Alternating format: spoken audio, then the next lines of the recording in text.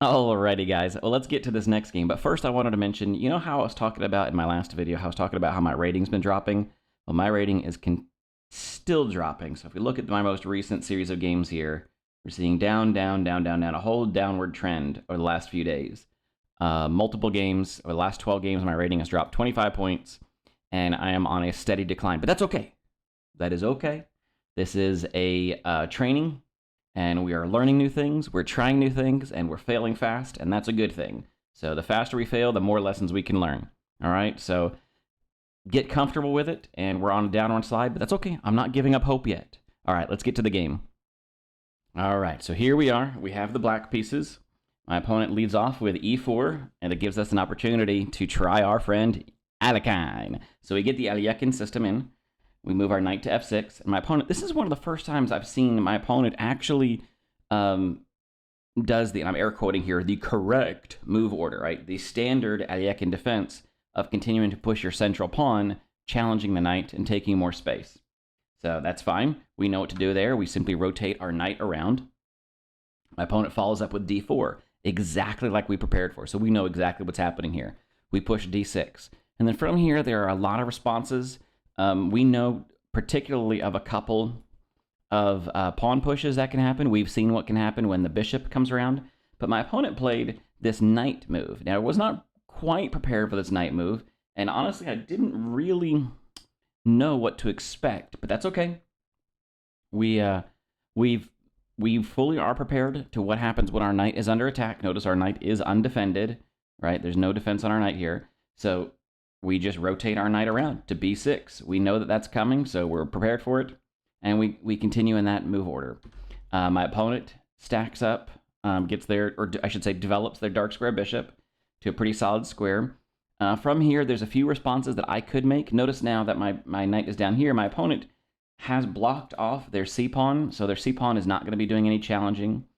We could look for an exchange here if we want, which would, again, lead to an early queen trade. Now, my opponent has an early queen. If the early queen trade happens, my opponent's queen is defended by their knight, so they could capture the queen and maintain castling privileges, whereas I don't have that luxury, so that is something that's in the back of my mind that I do not want to make a ton of exchanges here just yet. So I get my own knight into the game. So now my knight moved to c6, and the c6 and b6 knights, we've seen this structure in some of our training in the Alekhine, so that's okay. I'm not uncomfortable with it. But it is something that it looks a little odd, especially since we're over here on the queen side, and realistically, I'd love for these knights to be on the king side where they can play defense as well, but that's okay. My opponent continues with another knight move, a perfectly standard developing move, and so I continue with my developing move. Now, from here, let me back up one step. When I was looking at my notes after the game to try to figure out what the best move order was, there are some options here. Let me get rid of this thing. So we know that in like the exchange variation or the 3-pawn right variation, where there's 3 pawns here and we're making some exchanges that are happening, we know that the bishop gets fianchettoed on the king side, and so we have a pawn structure of the bishop here. That's one thing that we looked at. Another thing we looked at is from the modern version, when we play the modern defense, with this knight on f3 is defending both these pawns. We've seen that this bishop ends up undermining that knight. So I had a couple of choices here, either to start the fianchetto or to push my bishop. Oops. And at the time, I wasn't thinking too much about the fianchetto. I was just thinking about the modern defense, where, you know what, in the modern defense, when that knight is sitting there on f3, we challenge it. So that's what I decided to go for. So in this game, I went and just challenged that knight. My opponent defended it and developed. So that's what this allows my opponent. This is a perfect move. Defends the knight and prepares to castle.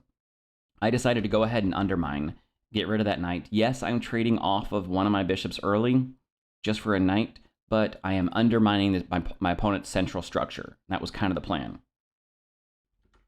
Now I decide to go for an exchange, capture. Notice if we do have an early queen trade, I am covered, but also I've got my my queenside rook if I really want to. I have decided that I'm probably going to castle normal, or castle regular side, and I'm not going to castle alongside. I've been thinking about it a little bit that maybe, now that this D file is opened up, castling queenside would be really interesting, but I still don't have enough, what's the word? I don't have enough practice. I don't have enough experience. I don't really know when it's a good idea to castle queenside. I don't know the best time. And when I was flipping through my notes, I know that in the Alekhine there are some opportunities to castle queenside, and I just was not ready to commit to that yet. So this D file being open does seem like a good option, but my opponent decided to close it down, so he did not want to open this up, and this immediately challenges my one of my knights. The question is, where can this knight go now? So a lot of the squares that my knight could go to are already covered.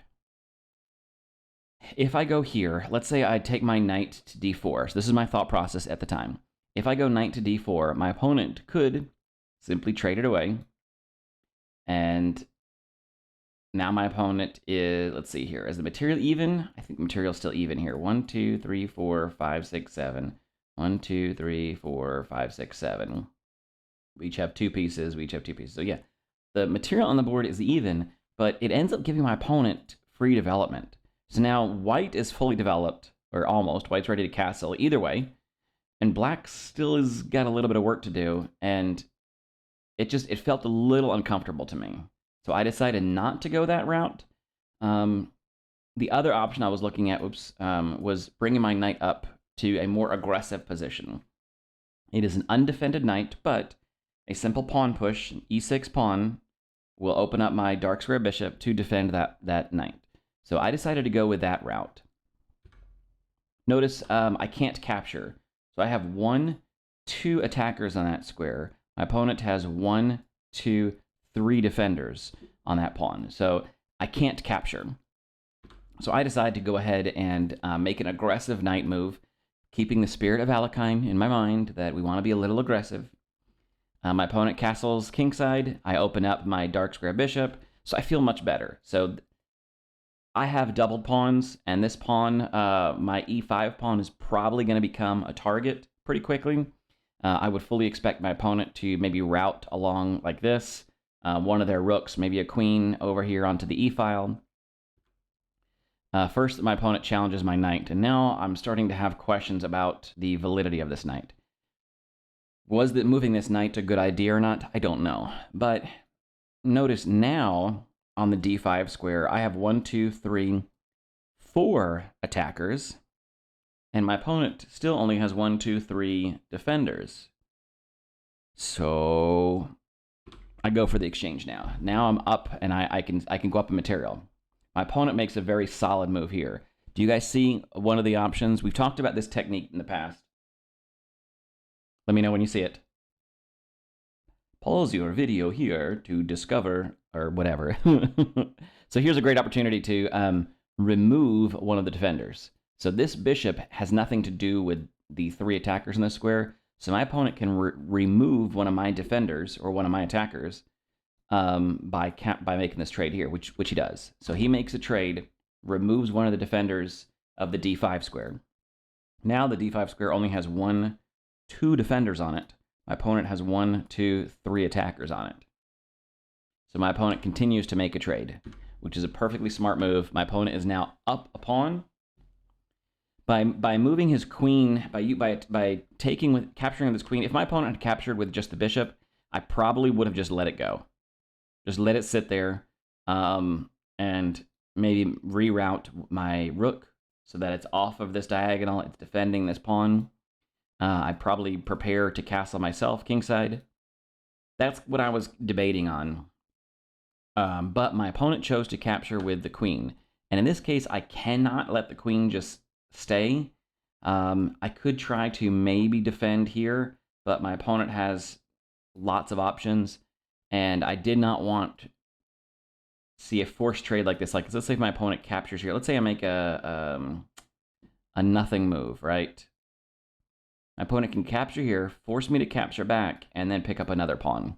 And in this instance, my opponent would be 2, 3, 4, 5, 6. No, we're even in pawns. Why did I think that my opponent was going up material?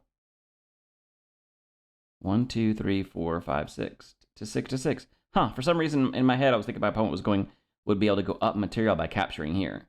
But I guess not. Oh well. Either way, at the time I was debating on what would, if my opponent captured with the bishop, I would probably just let it sit there.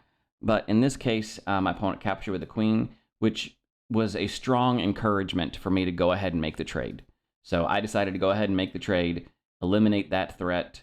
I am up a pawn though, aren't I? How long have I been up a pawn?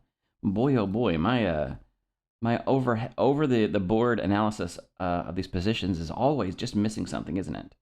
So I'm actually up a pawn in this whole exchange. Either way, this pawn is under attack.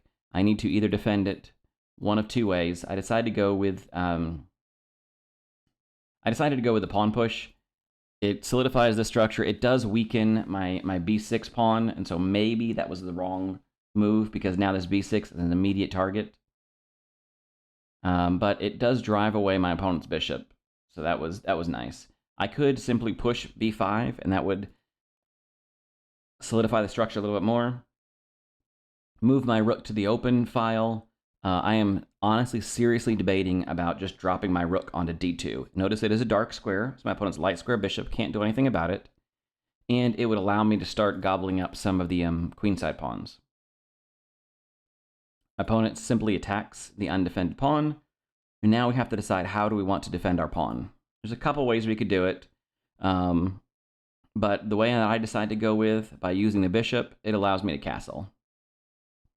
So that's the whole plan there. And now we're into pretty much an end game. Like, we are both fully developed. We're just down to opposite colored bishops.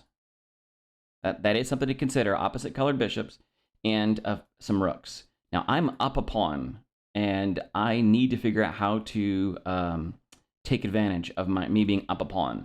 Unfortunately, my endgame skills, we know, are a little bit shaky, but let's continue on. My opponent is trying to open up this A rank, this A file. I have an extra pawn.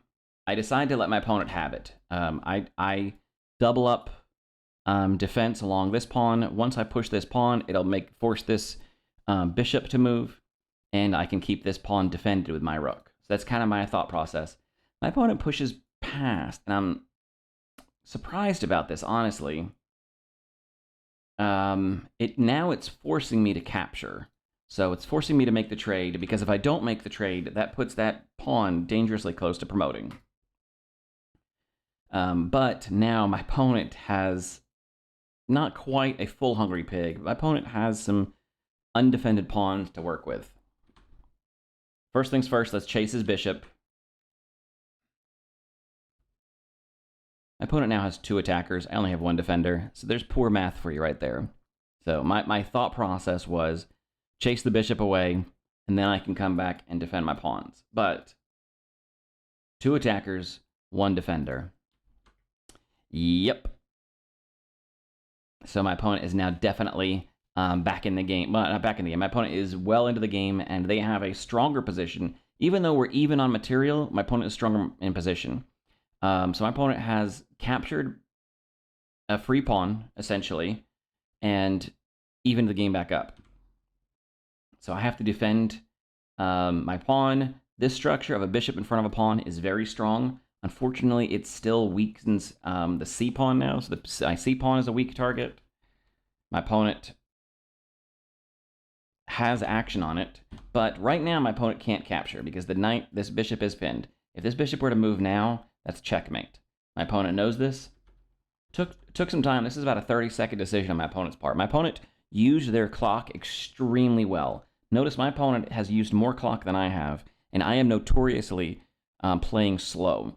And my opponent has also played slow and used their clock brilliantly and found some great moves. Now, first off, this is a solid move because now it opens up the ability for my opponent to capture. I had a serious debate at this point in time on what I should do. My first thought was, could I trade? No. Because even if my opponent were, if I was able to straight up trade rooks, I would. But I don't want to give away a rook just to on the hope of undefending this bishop. It's basically I'm trying to save a pawn, so I'm gonna give up. I'm about to lose a pawn, I know that. So the question is, do I lose a pawn just straight up, or do I trade a bishop for a rook and keep the extra pawn? So that was kind of what I was going through my mind, but obviously it didn't make sense, especially with this setup where I'd simply be throwing away. And since my opponent rotated their other rook around, it gives them a way to capture it and still threaten. So I just put pressure on my opponent's bishop. I know he's going to capture. I should have just left my rook here and then doubled up this way. But I allowed my opponent to capture with pressure on my rook. A simple trade. And again, I'm probably thinking I probably should have just doubled up. Let my opponent walk away with his extra pawn. But now, definitely have back rank issues. Notice that's checkmate. So back rank issues. Let's get the breathing room. My opponent plays his endgame really well. I'm just trying to now start pushing my pawns, get them on dark squares versus my opponent's light square bishop. This is probably a draw. My opponent is up just one pawn, but we have opposite color bishops and just a rook.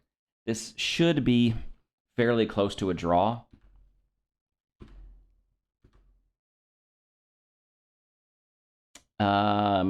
About here is where I start thinking about, do I, right, once my pawns end up on these three squares, or actually they're going to end up here, do I push my H-pawn, challenge my opponent's pawn in front of their king?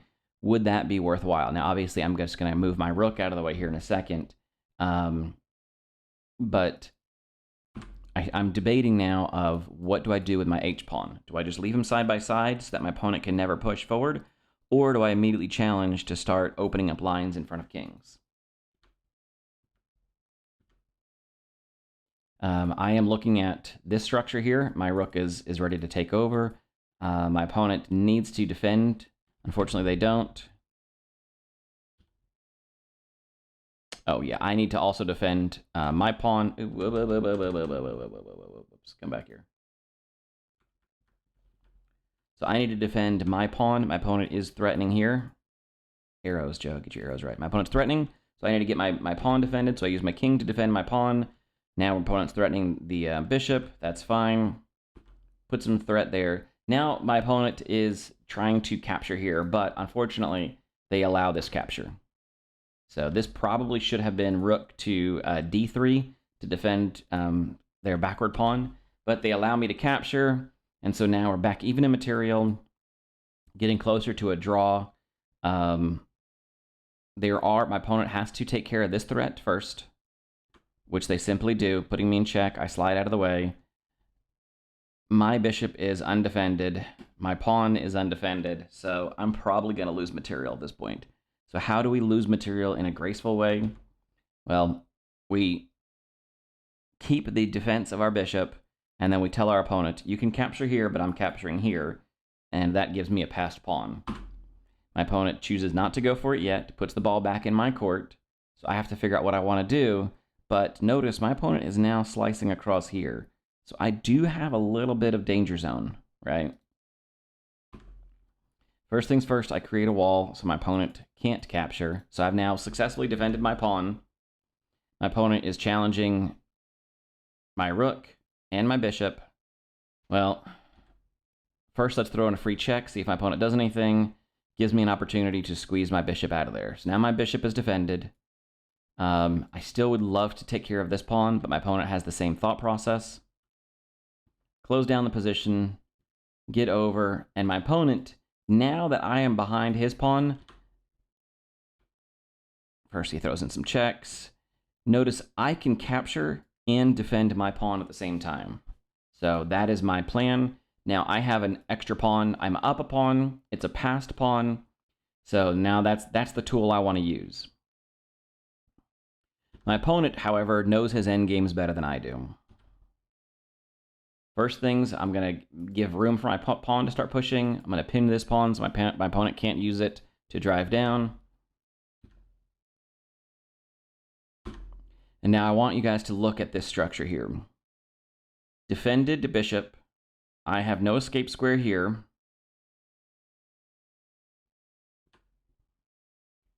Right, so this whole back row is cut off. This is defended. This is defended. Checkmate. So I have nowhere to go, and I get checkmated. So my opponent knows his endgame. He knows his checkmate patterns, and he got me on that one. I was 100% surprised by it. Now, let's look back at the engine, and let's see exactly where this game goes to be a forced checkmate.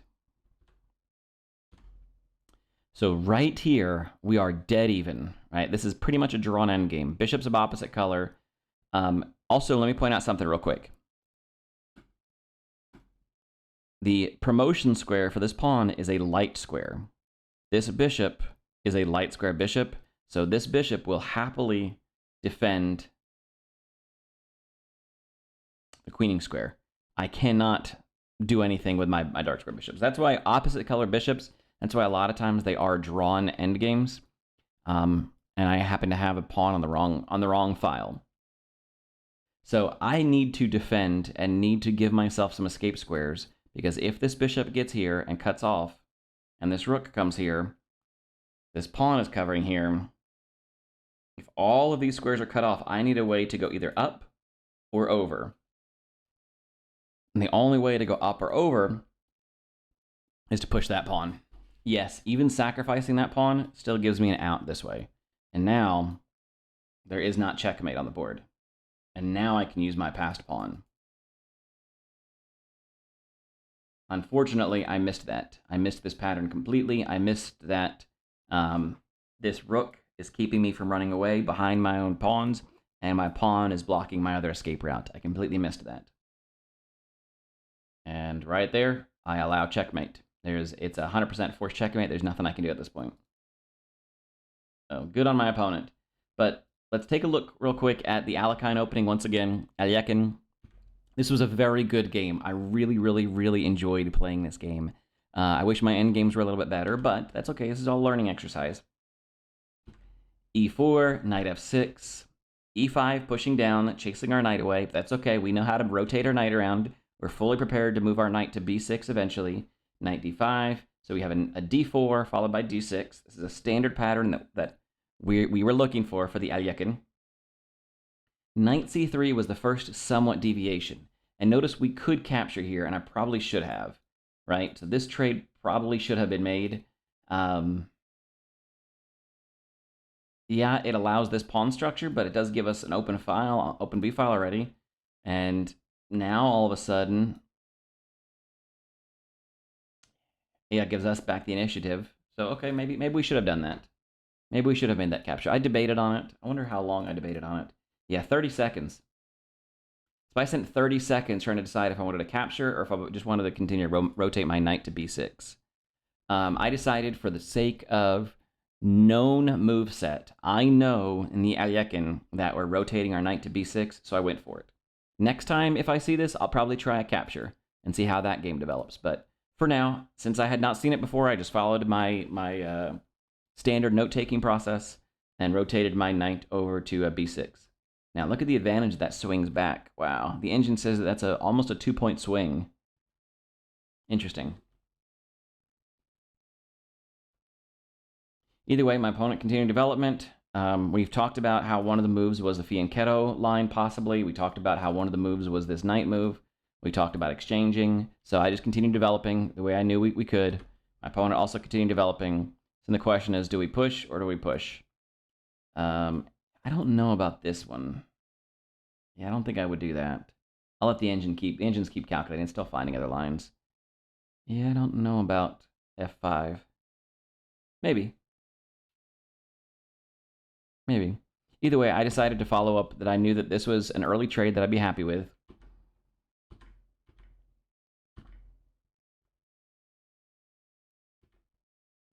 I don't really see anything wrong that happened here, honestly.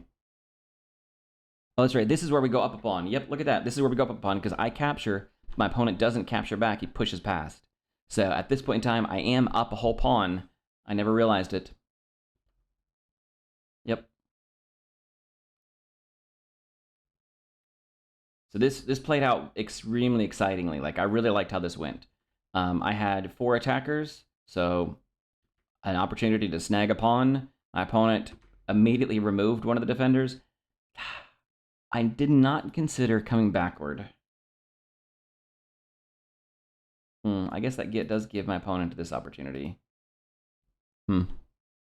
Yeah, I just captured up, opened up the A file. And then right there, my opponent snags back his pawn, and so now we're back even in material. Okay. So there we go. Wait, no, I'm still up a pawn. Right, because this is an even trade. This is an even trade, right? Because I thought I had an extra attacker, and my opponent removed one of them, so we're even. So it's an even trade, yep. So pawn, knight, pawn, pawn, yep. So it's an even trade, yeah. So knight, knight, pawn, pawn, queen, queen. Okay, so that's an even trade, so I'm still up a pawn. Go figure. Yeah, trying to do this thought process over the board sometimes, my brain just can't process it all. Yeah, it says there's a slight advantage here for black, and it all has to be because of that extra pawn.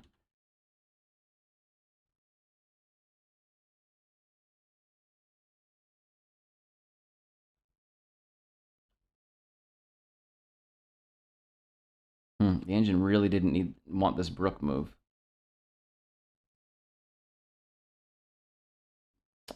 Yeah, maybe this is a good time for an F pawn push, perhaps.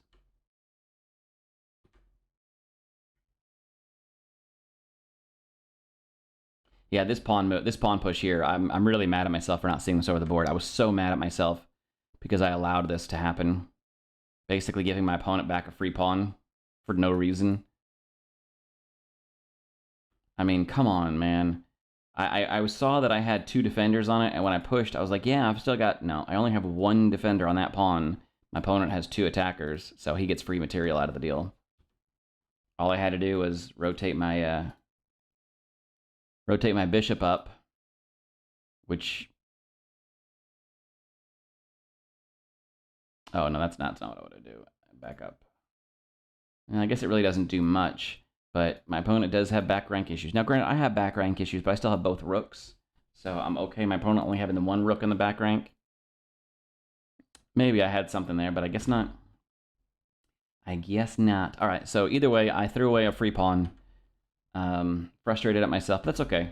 It's still a fairly drawn end game at this point in time. Give my opponent one of his pawns back. And notice at this point in time, I have to make this exchange. I cannot defend. The best thing I could hope for would be both rooks up here, but okay, so yes, I have this bishop to defend against a back rank checkmate, but things are getting really hairy really fast. No, I can't even put my rook up here to defend because this guy, and if I bring this rook down to defend, the bishop takes. So there's really no way for me to defend back rank checkmate and this bishop capturing. So I have to make the exchange. And now I do have back rank issues. Well, I guess I don't have 100% back rank issues because my bishop could defend. So that is something.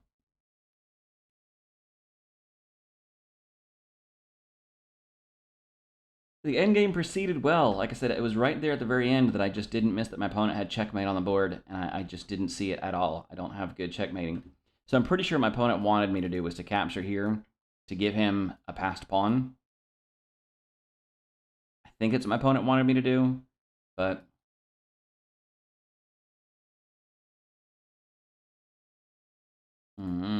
yeah, I don't know. But I did not want to give my opponent a passed pawn, not when I can capture, disrupt this, and see if I can get my passed pawn to work. But you can see now that we're in a very drawn end game at this point in time. We're in the full end game. It's very drawn out. Yeah, I did not spot the danger at all in time here.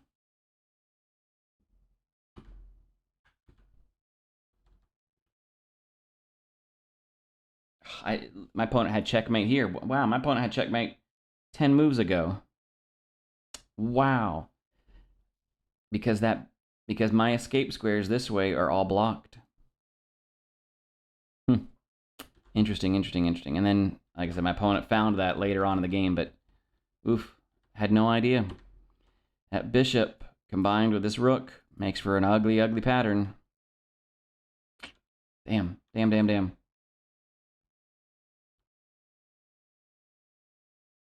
Yeah, like I said, it's still a drawnish endgame right up until the right. There's an interesting pattern there. But yeah, it looks like we end up going down that road anyway. So, oh well.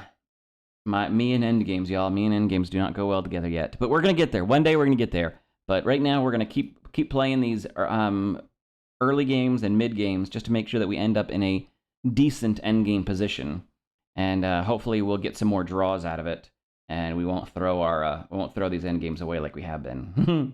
All right, guys. I catch you in the next one. Bye.